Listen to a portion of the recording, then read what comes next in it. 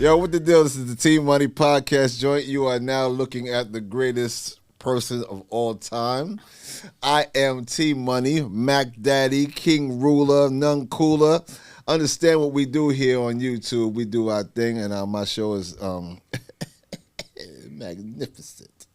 But I have great people every day coming here, man, talking about my show. They say to me, like, T, I love your show.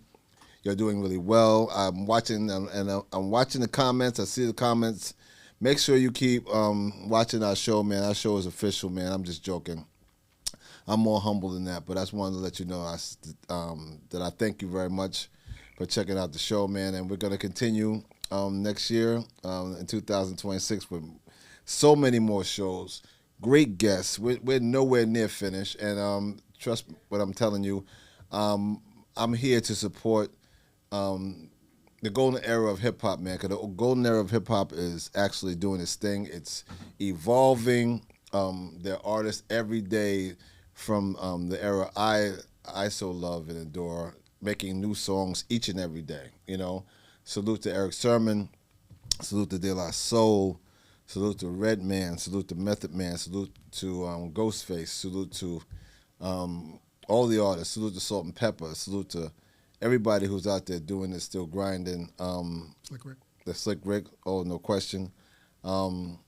Nas, everybody. You know, if I left anybody out, I'm sorry, but, we're definitely on a timetable here. But salute to you guys, man. You know what I mean? And if you guys want to come through, I'm here to support, and do what I do. But anyway, moving forward. What's up, Stax? How you doing? My co-host Stax Cadero in the building. What's going on? And speaking of balls, I just told you I haven't heard you rhyme in some time.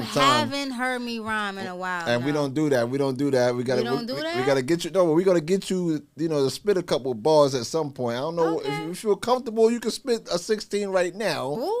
You know what I mean? We can do this right now, but we gotta guess. We'll be rude. We gotta guess. Okay, I don't want to be rude. We gotta guess, ladies and gentlemen. Right. I want to introduce our guest for the day. He has one of the biggest hip hop singles in hip hop history. It's my man Chill Rob G in the building.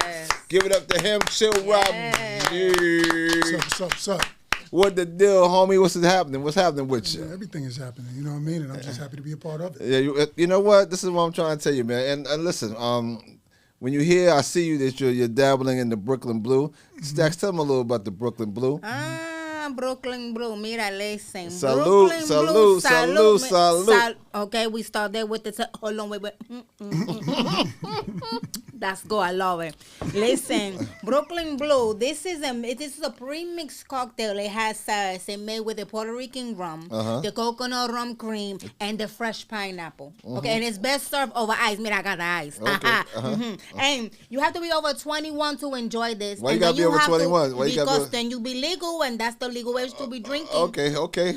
Because you have one cup of this, ma. Okay. Mira, listen, Papa, you're gonna be like. You gonna be to the moon? You gonna to be the moon. Boom, like that? Yeah, you're gonna be like flying. You're gonna feel like you got the power, like you Chill Rob. You know what I'm saying? You feeling like, wow. Okay. Yeah. So then, if you want more information, you have to follow us at, well, not me, but for the drink. You're gonna follow Brooklyn Blue Cafe .creative. Yeah, you spell it like this: BKLYN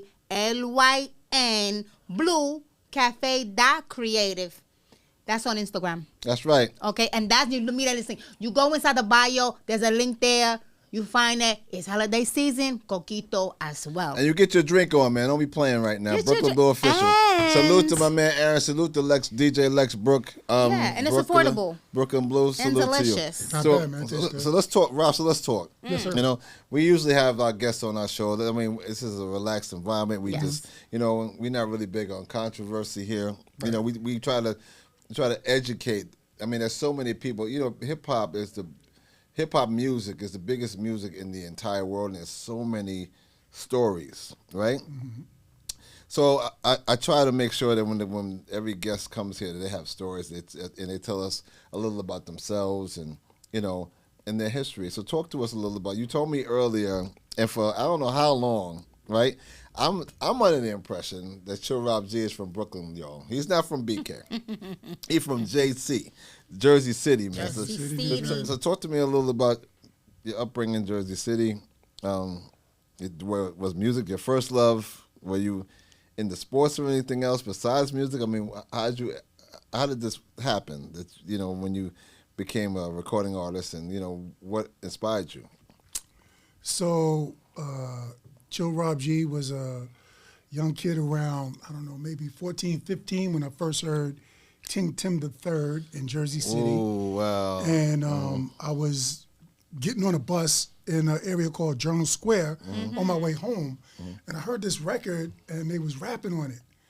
And it was incredible. Which at the time was crazy because no one rapped on record. Nobody rapped on a record. Fatback Band put out a record. It didn't make sense to me. What are y'all doing? Y'all not singing? Right. Called King Tim the Third, and somebody's rapping. Right. Right? So that kind of probably blew your mind, right? It So bugged me. Yeah. Listen, man. So I heard the record. Couldn't wait to get back to my crew and ask them if they heard it. Only one other cat heard it. Yeah, we bugged out off of it for a minute. We went back to, regular business, whatever we was doing. And before long, Sugar Hill Gang had a record on the radio. King Tim III was also on the radio. Right. So we realized this was something that was coming up. Right. This was on the way. It wasn't here yet. So we got, got a little crew together. Dudes was like, we always had like DJs in Jersey City who was DJing, house parties, right, basement parties. They would rent out the school. We go up in the school. So at the time, was hip hop? Because I know at that time, even though hip hop wasn't really on record at the time, here in New York, hip hop as a subculture was really big. It was starting to pop Was off. it really big in JC or Not at this in Newark? point. No, not for my little area. I don't know. I want to say what everybody else was doing. Right. But for us, we really wasn't on it like that until. Me and my mans, we used to like to run back and forth to New York just for fashion and whatever else mischief we was getting into. Right. And we was up there, and one night we late night out there by Harlem World. And we saw the crowd out there. Yeah. And they all going in the party. We caught one of the flyers. We looking at the flyers. This is all new to us. This was like we just like landed on a new planet, and they got DJs. Hip hop planet, hip hop, right? Yeah, they got DJs and MCs, and there's all this stuff going on. So we needed to know more, man. We needed to get into it. You know what I mean? Right. And as fate would have it, one of our homeboys, a kid named Chief Chuck, had just moved to Jersey City from Harlem. Chuck had all the business with him. He knew Dougie Fresh. He knew a couple of other cats in the game. He knew Fearless. You know what I mean? Fearless Four. Fearless Four. Nice. So did he know Stax? Because Stax is from Harlem. Stax was a baby. Oh, Stax. Keep going. I don't know. Do you know Chuck? I don't No, I'm only kidding. He couldn't have possibly knew. I'm just saying, 'cause he's from Harlem. So Yeah, no doubt. Right. No doubt. But I was listening. I was maybe. Keep going. So Chuck would bring them over to Jersey City. He had them come out and perform. He had not only them, the Force MDs came over when they was the Force MCs. Right. And we was impressed by these dudes. They was amazing to have them at a show. Yeah, the Force were official, man. They were really official. It was the then. business man, back in the day. So yeah, man. And shout out to Stevie D, by the way. So yeah, man. It started blowing up right before my eyes out there in Jersey City. And I just was so impressed with it, I had to be part of it somehow. The easiest way to go was to write your own rhymes and come up with a rhyme that you might be able to say at the party, because otherwise you're going to have to buy some DJ equipment, and that could get expensive. Right, because either you had to be a DJ or you were MC. Me, myself, I had equipment, so I was cool with that. Oh, word. But most MCs were like, okay, I got to get on the mic when I get to the party because I got to set it off. Because I wrote this rhyme all week. Wrote one rhyme all week. Something like that. My first rhyme was a rhyme that I wrote all week. That's like when I set my equipment up, I'm gonna bust this rhyme. You remember it? No, I can't remember it. I wrote this rhyme in '81. I mean, it's dusty. Nah, you might remember it. No, I got. Let me think about it during the course of the interview, and I may break it out.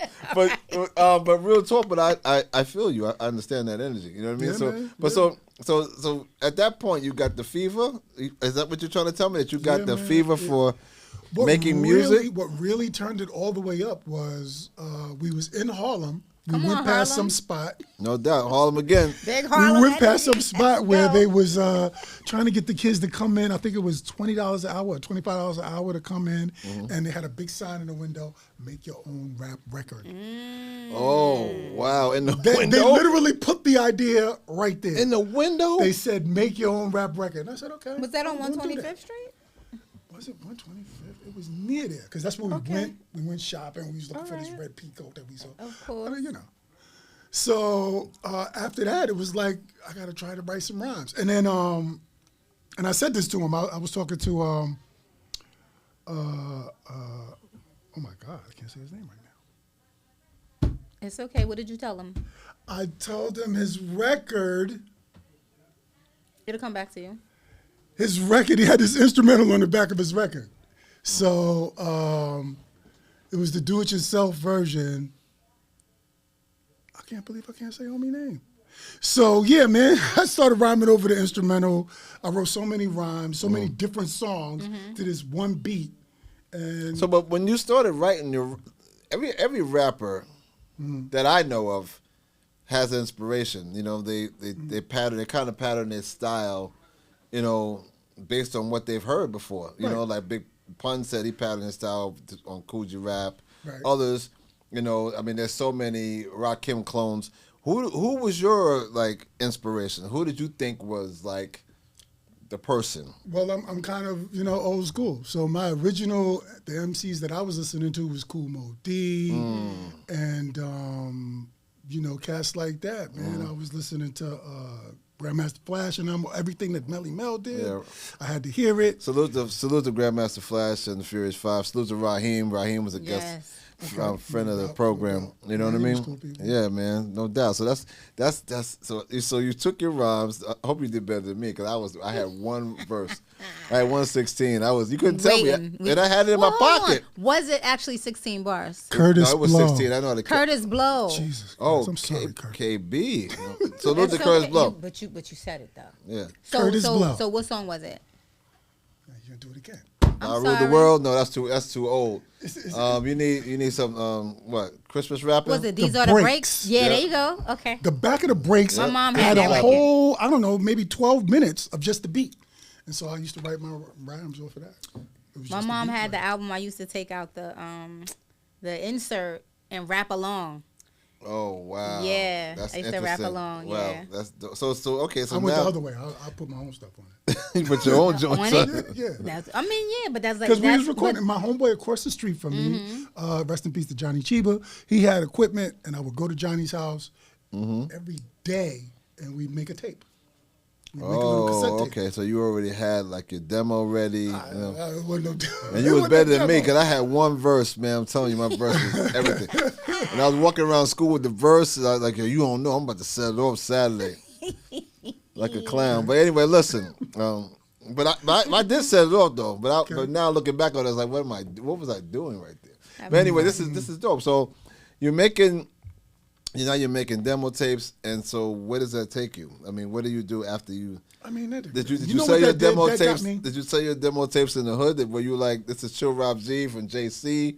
You know what I mean? I graduated a little bit from Johnny Chiba because Johnny Chiba went off and did some other stuff. Right. He wasn't going to be a DJ no more.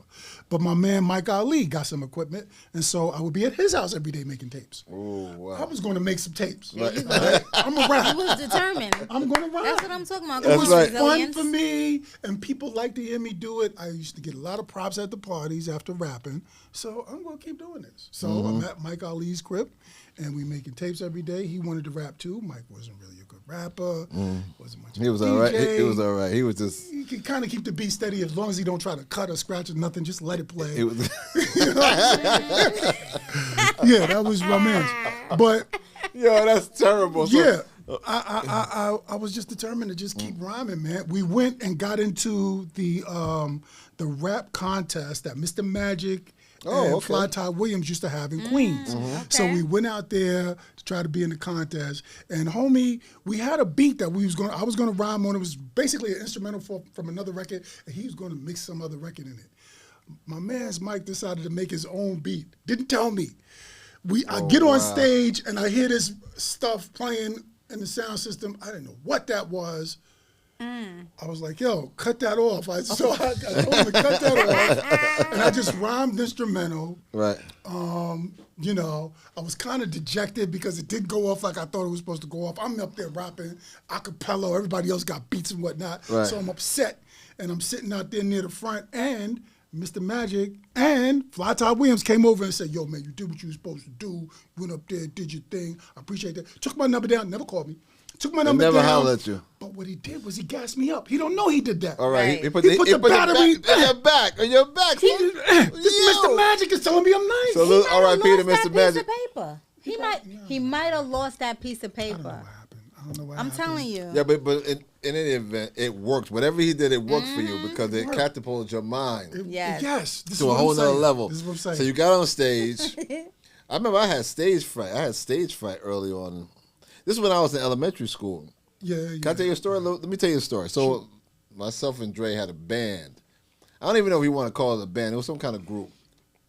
So they wanted me at the last minute to be part of the group. Okay. So there was a song that we were supposed to perform, right?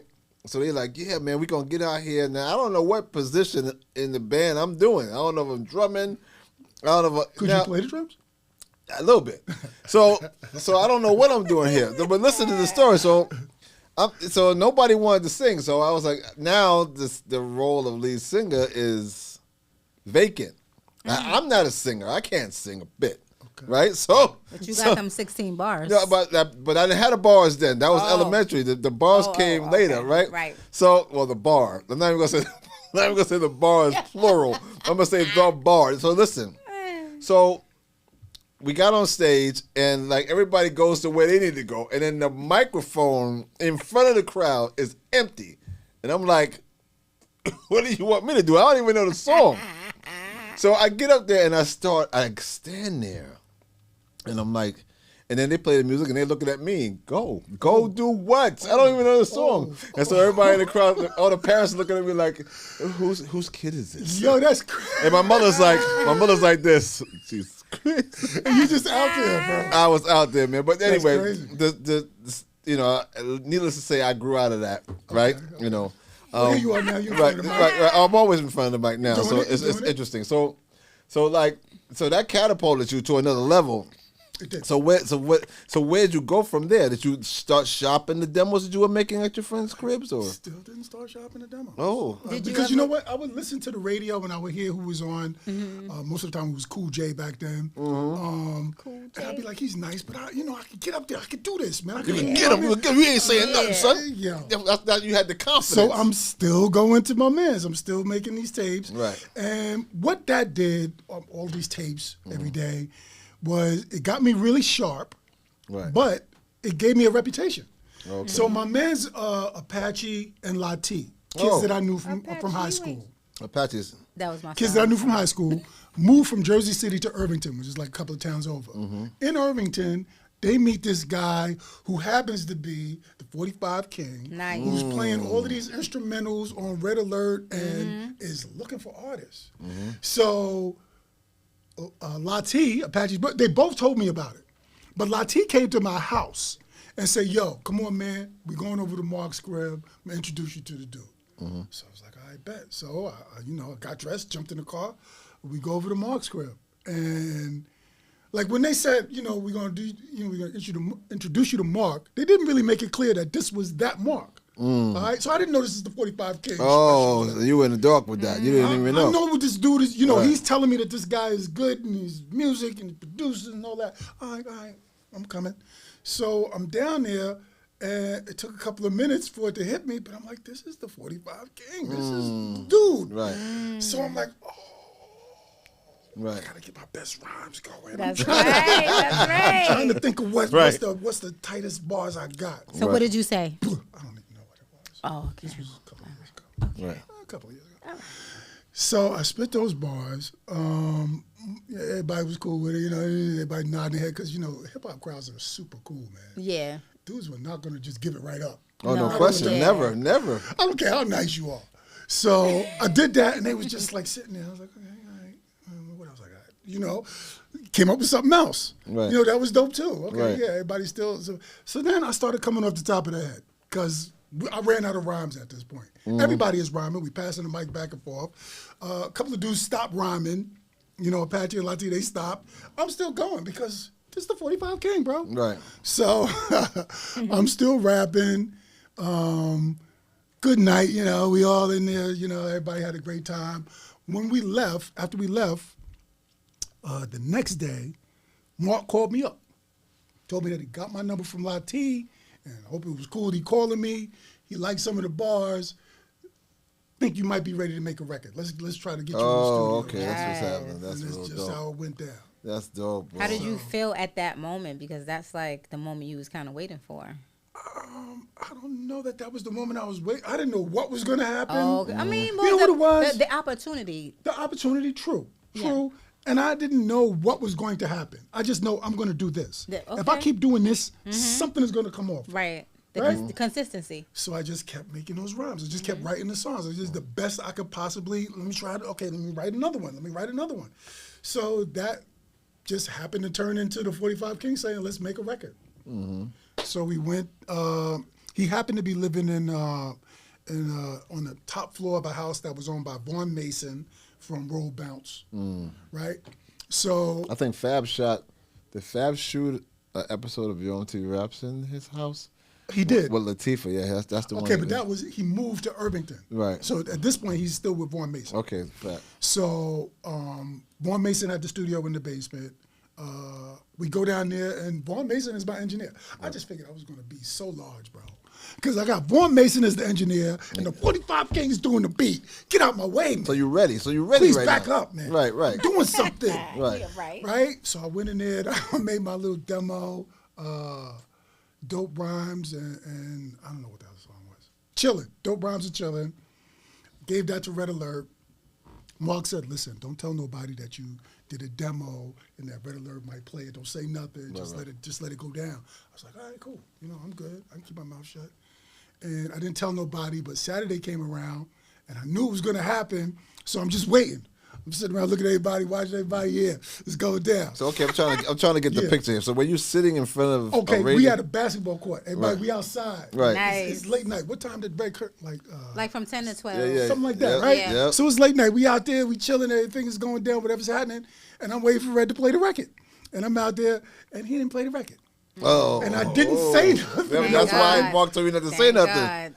Because you never know if he's going to play it or not, right? He didn't play the record. So I'm like, all right, he didn't play the record. So at this time, are you dejected? Whatever, man. No, not really. Right. That ain't it. That ain't the way it's going to go. Right. She was optimistic. That's good. So I just went about my business, whatever I was doing. I didn't ask Mark no real questions. I didn't call Red Alert, nothing. The next weekend, though, when I wasn't even trying to, I ain't go to the basketball or nothing. I'm walking around minding my business. And then somebody went by in a car, and I heard one of my records. I was like, In a car? yeah, somebody went by in the car, and it's playing. I was like, that can't be it. And then I keep walking, because you know, Red Alert, there's 2 radio stations on the weekend. There was Kiss and there was BLS, yeah. So, again, I'm walking, and somebody else went by. I was like, that's my record. So now I ran to the basketball court. They up there in the basketball court, they're playing the record. They was like, yo, Rob, that kid kind of sound like you. And I'm like, yeah, it do sound like me. That's me. Everybody went crazy. Oh, wow. So that was like, that's like a core memory now, man. You know what I mean? R.I.P., man. R.I.P. to my man, Mr. Magic. Yes. Giving you the energy and then moving you forward. Absolutely, and, Mr. You know what I Magic mean? did that. Oh, that's cool, man. That's what's so now here we go, right? Here's where the business starts. So now your record's on the radio, right? And that was just a demo. That wasn't you didn't have a deal yet or anything, didn't have right? a deal. That was just a demo that I did with Mark. Oh my goodness, man. So where did Wild Pitch come in? Because at some point you had to get you're right because of the demo, right? So maybe 2 more weekends go by. Red plays the record each weekend. Then I get a phone call from him. Red Alert calls me. Oh, he actually called you. He called me. Yeah. He got my number from Mark. Right. So he wants to know if it's cool to pass my number along to this guy from a record label, and he's gonna, he's interested in working with me. Might be a good look. I'm like, yeah, sure, give him the number, man. Let's see what happens. So he gives my number to Stu Fine. Oh, salute to Stu Fine. Yeah. Gives my number to Stu Fine. Stu Fine calls me up. We meet. You know what I mean? We having cheeseburgers. We're discussing, hip hop, the current state of affairs back then, and what he wants to do. At that point, Stu didn't really have much of a label. He had Lati with Cuts Got Flavor, and I don't know if he put No Tricks out yet. It was another record from Lati, but he was interested in signing me. So you were the second artist signed to Wild Pitch, or no? I would have been the third artist. He had another kid named Lamagna who I didn't really like his stuff much. So I would have been the third artist. Lamagna got dropped. It would have been me and Lati on the label. Lati didn't want to work with Stu no more. And that didn't really come up yet. Right. So at this point, Lati is like, yeah, man, sure. It's cool. It's a record label. Right? So I went ahead. I signed the deal. I should have never done that. But I went ahead. I signed the deal. Wow. Okay. And now we set about making an album. And this was like one of the best experiences of my life. Making that first album, because I'm making a rap album. How long was the process? It took us like a month to finish the whole thing. Really? Because, like I said, I was getting sharp all this time. Right. And a lot of the rhymes. And you had a lot of material. I had a lot of material. You was ready. Yeah, nobody heard any of You was this. better than me. You had more than one ball. I had a few. Yeah. Yes. Nobody heard any of this stuff. No So, question. I'm in there. We knock out the album. Give it to Stu. He puts it. He releases it. Red Alert plays. Plays it. And things slowly started to pick up. What was your first single off the album? What was the first single? It wasn't Power. No. It was something else. It was Dope Rhymes. A song called Dope Rhymes. Right. Just beats and rhymes. And then I don't know, Chillin' was the B-side. So back then we were still pressing records. Vinyl was still getting pressed. Of course. So Dope Rhymes and Chillin' was the A and B side. And then by the time we finished the album, it was Quarters in Session and Let the Words Flow. We're going to release those as a single. I remember that. Yeah, I remember those. So those came out. Let the Words Flow, we put this a cappella along with an instrumental version of it. And Let the Words Flow, people really liked that, you know what I mean? Because there was a lot of energy in that. That record was dope. That record was dope, bro. The lyrics on that was probably some of my best stuff on that album. It didn't take too long for it to get a remix. Were those brand new rhymes would you put on that? Or were they like the rhymes off the... No, Let the Words Flow was new.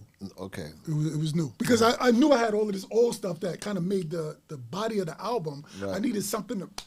Right. Right? So, Let the Words Flow came on.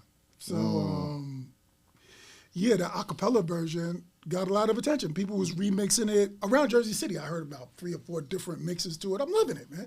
Because, I really wasn't making any money yet, but it was pretty much the same as it was before I even had the deal. Like, I'm just getting more and more popular. It's really cool. Everybody knows who I am in Jersey City. Right. I'm You're the king of JC right now. King of JC right now. That's Back right. up. Right. But I'm just thinking, music artists get paid, man. They make a lot of money. Right. This is what's going on in my head. So I got to get right with Stu Fine. We got to figure out, how we going to make You some need your money. chip as 911. That's what you need. You need your money. So, Right. So I'm talking to Stu Fine about it, phone calls and whatnot. I'm up at his house. He lived in Tudor City in Manhattan, really nice place with doorman and all that. So, he's like, Rob, listen, you're like my main focus. Don't worry about it. We're going to get this done, and I'm sure you're going to be fine. We're going to put it out there. He's telling me about the distribution and how he's doing this and that and the other thing. Okay, so he talked a good enough game to make me, fall back and just watch. You know what I mean? I want to see what happens. So next thing you know, one of those remixes was this Phantom record that nobody ever heard. I skipped the part where I went to Europe. I'm on tour with the Jungle Brothers, Latifah, Right. Because the record is moving. It's hip hop. I think Moni mentioned something at her listening. She brought a lot back. Right, she right. talked about that show at Dingwall. The Dingwalls, yeah, because we original concept performed at that place too. I still got the poster. Yeah, that place was crazy. Dingwalls has a room in the back. Is the green room or whatever. Yeah. And everybody who performs there signed On the wall, I saw right? some names on that wall. Yep. Like, oh. So did we. We did too. Yeah, so I put my name on there. I remember we got and at that Def Jam sent us a case of champagne. Oh, really? Yeah, because we were back there, and we got a delivery. I'm like, how do we get a delivery? We're over here. Like, yeah, see. But the Def Jam Center. That's that VIP treatment. So, so at what point did original concept cross paths with Chill Rob G? I don't know. If we actually. No, we didn't. Original concept couldn't have crossed paths. I mean, there was different timetables. It could be on the radio. It could be in a club. At what point did your music meet his music? I didn't link up with Rob until DJs mixing it. Me and Dre. Well, me and Dre used to play his songs in the club because we were on the list for product at Wild Pitch. So I would get the joint without the Wild Pitch label on it. But I mean, other DJs playing your music and his music, like the blend. Oh, you mean yes. So we're discussing because at some point. Original Concept put out a song called "Can You Feel It?" And "Pump That Bass." "Pump That Bass" has a sample in it. It says "Get a little stupid and bump that bass," right? And that was on the remix of the Eric B and Rakim "Paid in Full," right? And there was a lot of DJs that actually used that record and used your record in mixes. And that was several hundreds of DJs and on the radio. This and is everybody. What I'm saying. At what point did this happen? This happens as soon as that record came out. As soon as that record came out, then they started using. And I think they did it a lot when they did the remix of the Eric B and Rakim song. Okay. Then they started using Rob's song with that when they did their mixes, and it just had me flashbacking to I didn't have a lot of. We didn't do a lot of business with Rob. Except for when we actually played this video on Yo, that's when we finally linked up with him. But there was so much more energy before that, right? You know what I mean? So, I was happy that he did well. You know what I mean? So yeah, and I remember seeing Ed on tour. I don't know what he was running around out there with us. Yeah, in different cities in Florida. He'd pop up over here, over there. Cool dude, you know what I mean? That's when he was on the radio. He got on the radio and started doing shows. Yeah, you know. Yeah. But How was tour life for you? Like, what was it like for you to be in a different country, seeing another culture react to your music? Like, what did that feel like? It was incredible. I loved it. Every city. It was the dream. Yes, that's what I'm saying. Yeah. I was like, so wow, wake up and do what you want to do in a different city, in a different country. Like, that's amazing. Yeah, no doubt. And the crowds were really receptive. Having a hit record does not hurt. So that you know what I mean? I knew that whatever I did, if y'all not really into hip hop, when I do this power record, y'all gonna jump up out your chair. So it's cool. Right. So I gave them the hip hop, and a lot of them was really receptive to that too. Mm-hmm. Because before the power was a really poppy, So how did you get to the power record? Because maybe I skipped over that, and if I did, my apologies. I might have done how did you get to the power record?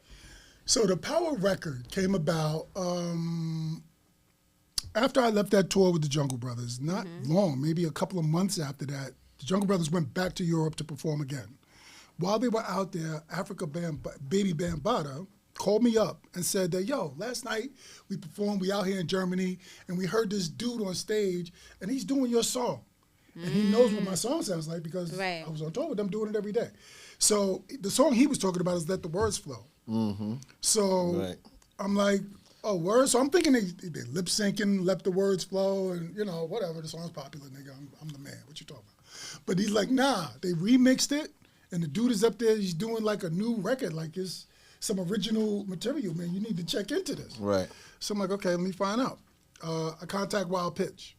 They're not really sure. There's a little confusion. I think that was like on a Friday. Monday morning, bright and early. I was up like 8 o'clock. I'm at the office. When I get there, when you go in the office, there's like a desk on the side, and there's a copy of this brand new record. I remember the desk on the side when you walk in the wild. Yeah. And there's a copy of the record sitting there, the power.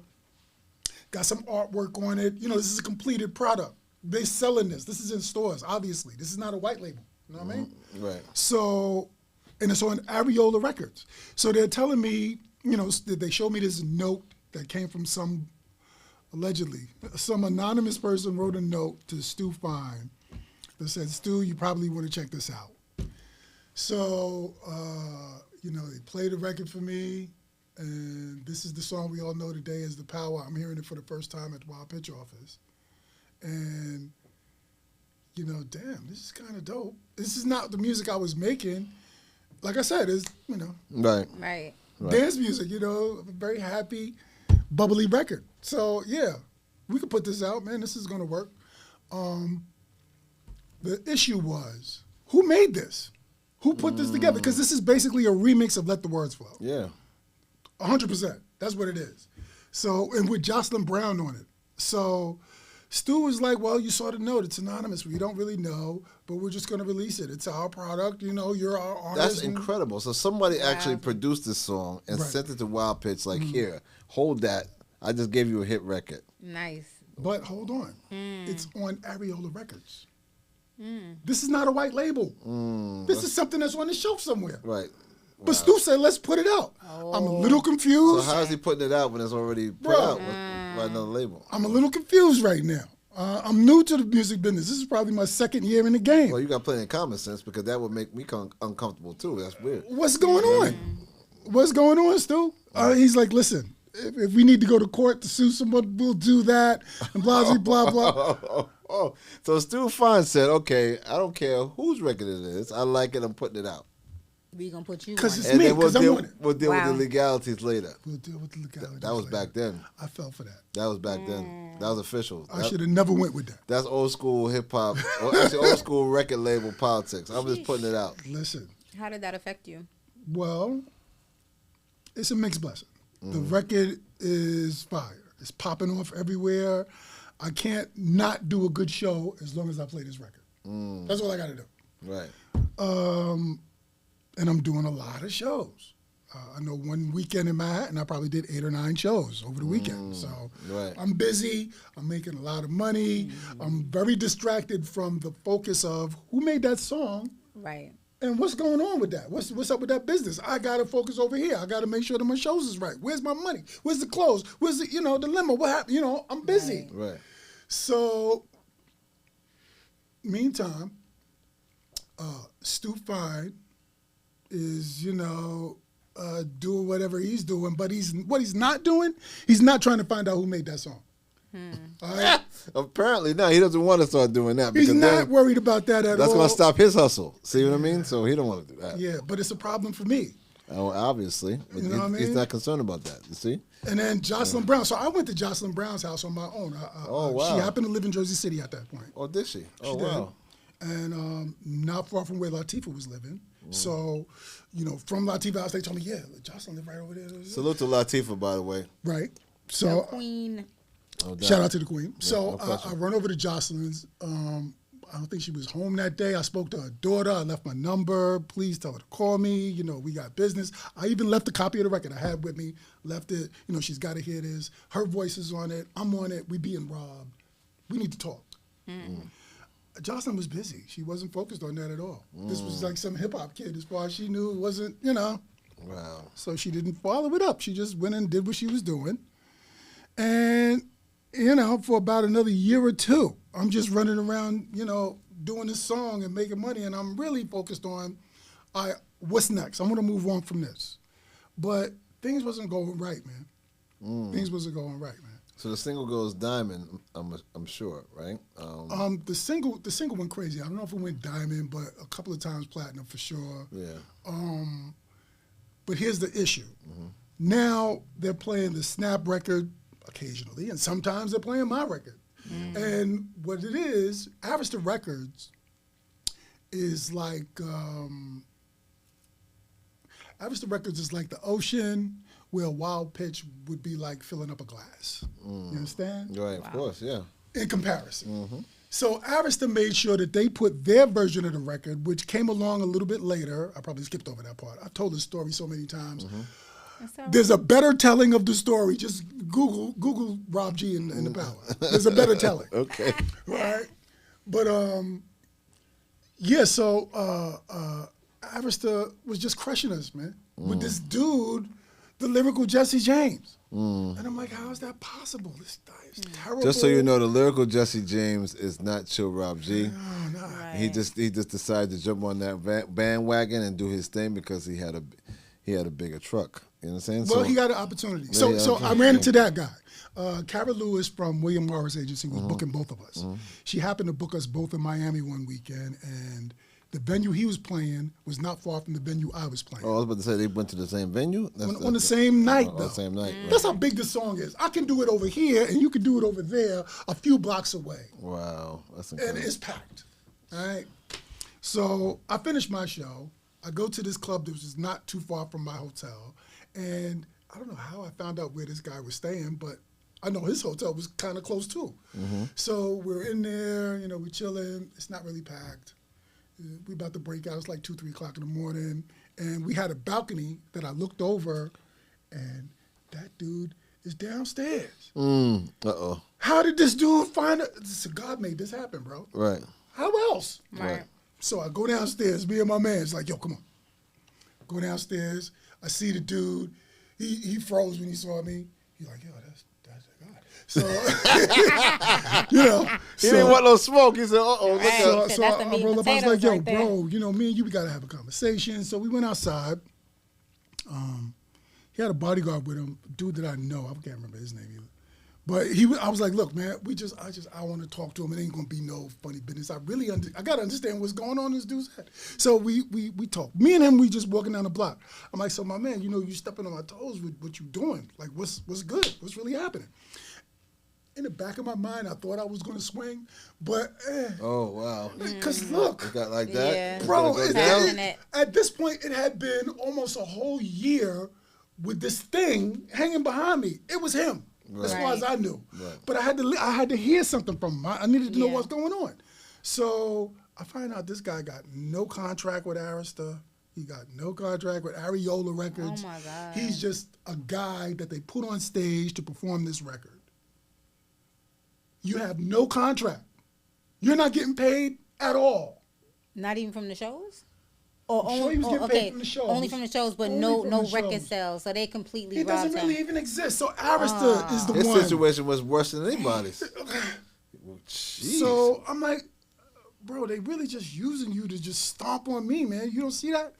He's like, look, they told me that you were down with the group and that you decided you didn't want to do it, and so they wanted to take you off of the record, and that's why they put me in. But that wasn't the case, because at this point, there was 2 versions of the record. There was me, and there was his, but the hook was the same. The hook was, it's getting kind of hectic, right? On all of that. And I got the power.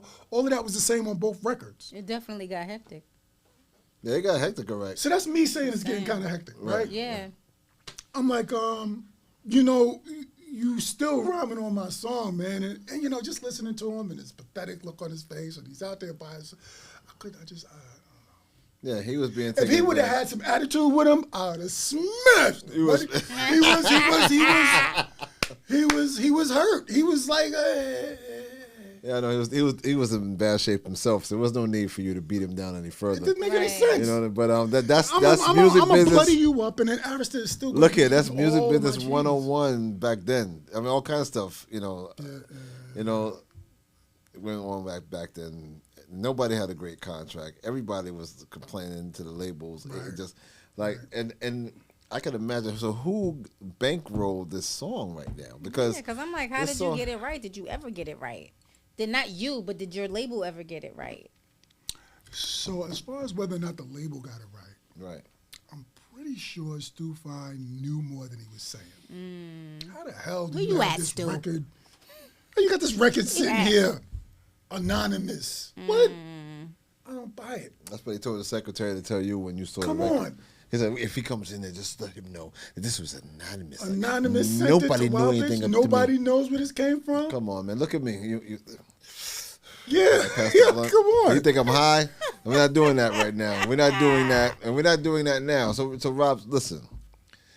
you're right. Having a hit record matters. Yeah. Right, because I know you're doing very well with actually doing shows. If you want to book this man, make sure you holler at him. But talk to me now about any new projects. Are you working on new material? Absolutely. Yeah. So, because I think we had a conversation earlier, and we were talking about how everybody from this era is actually making. They're back in the booth. They're making new material, and I mean phenomenal stuff. You know, like De La's album, phenomenal. Right. Eric Sermon's album, phenomenal. You know, Rakim new stuff. Everybody's hot right now. So Common and Pete Rock. Everybody got like new Common projects. and Pete Rock was crazy. Everybody got new projects. Redman, I was a Redman video we got with Faith Evans. So what was I saying? Oh, so we talking about Wild Pitch. I was asking you about the new stuff. If you had anything new at this point. So in 22, right, 2022. I got a text message, a long text message from Chuck D of all people. Oh, my man, Carlton right now in the building. Salute to Chuck D. Carlton right now. So Chuck, I know Chuck from our history is that the very first major tour I went out with, it was the Public Enemy tour. Him and Heavy D was out. And Chuck is just the type of person, you know, he sees you as the new artist. He's dude, come here, man. Let me tell you something, man. This is, you know, Chuck want to pull you up and tell you something. He's Uncle Chuck to everybody, He's Uncle Chuck to everybody. He can't help himself, man. So, you know, it was cool, man. And he's working with my man C-Doc, David Snyder. And they had a discussion about me. And so Chuck got my number and sent me this text message, asked me if I wanted to do some new material. I was like, yeah, why not? You know, I wasn't really taking it that serious. I said, yeah, sure, I'll do it.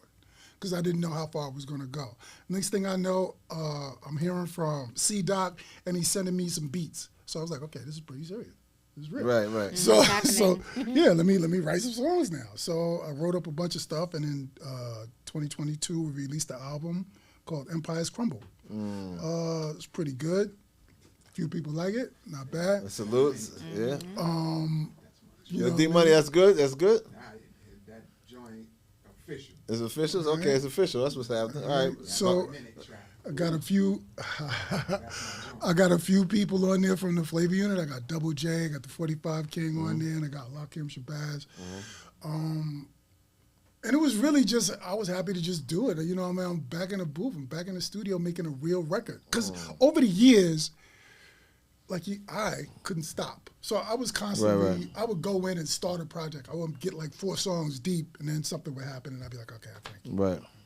And plus, when you're not making money doing it, you're just doing it. What's the motivation at this point? Right. Right. So it can't be too stressful. But you know, I had a bunch of songs that I did, and so when 22 came around, the opportunity to do that album, a few of those songs made it to the album, but most of that is brand new material. So other than that, man, we still moving forward. I'm on the Spit Slam label right now. There's a few artists, including Daddy O, Stetsasonic is on there. This kid Do Me Right, and a few other artists. I know I'm not naming a bunch of them. I apologize, fellas. You punch me in the face when you see me. Don't do that. No. So you know, and I'm just working on the next project right now. I got Okay, no another doubt. project. I think I'm going to call this one Survival of the Better, which is a line from my original album, Ride the Rhythm. So, and we'll see how it goes. Okay, listen. It's gonna go great. I'm championing the campaign with Stax Cadero. Let's go. Doing a 16 ball on your new project. Oh yes. You should make that happen yesterday, because she's got bars. Okay. You know, just like I don't know. I'm saying okay, it's your project. You have to say okay. She got balls like the holiday season, man. Listen to me. You know, That's dope. she's got balls like I don't even know, like Thank New you, Orleans. C, for that referral. Look at that. Getting a job on the job. Love that. That's what we do here. Hey, Salute. listen, yo, Rob, man, thank you, man. I appreciate we run it. out of time. Let's Yeah. We want to wrap this up, but I so enjoy every interview, but Me too. I especially like this one. Yes. This is T Money, Chill Rob G. Yep. Man, where can we find you, man? Tell them in this camera here where they can find you at. You know, I mean, I'm everywhere. All right. you know, if you're on Instagram. Instagram, you know, Chill Rob G, Facebook, Twitter, all that. Is it Twitter X, whatever you want to call it? Okay, I'm out there, man. You can find me. I'm on Spotify. Chill Rob G. I got bars. Trust me. That's right. No question. You know. All right, man. This is what we do. This is T Money, and this is here. This is here. My Cardi B. This here is the T Money podcast joint, and we out. Peace, 2 fingers, man. All right. Don't forget to check this episode. This is crazy. And happy 2026. Yeah, how about that? All right. Yeah. Happy New Year to you. No doubt. Peace. It's the T Money Podcast, Jordan. There it is.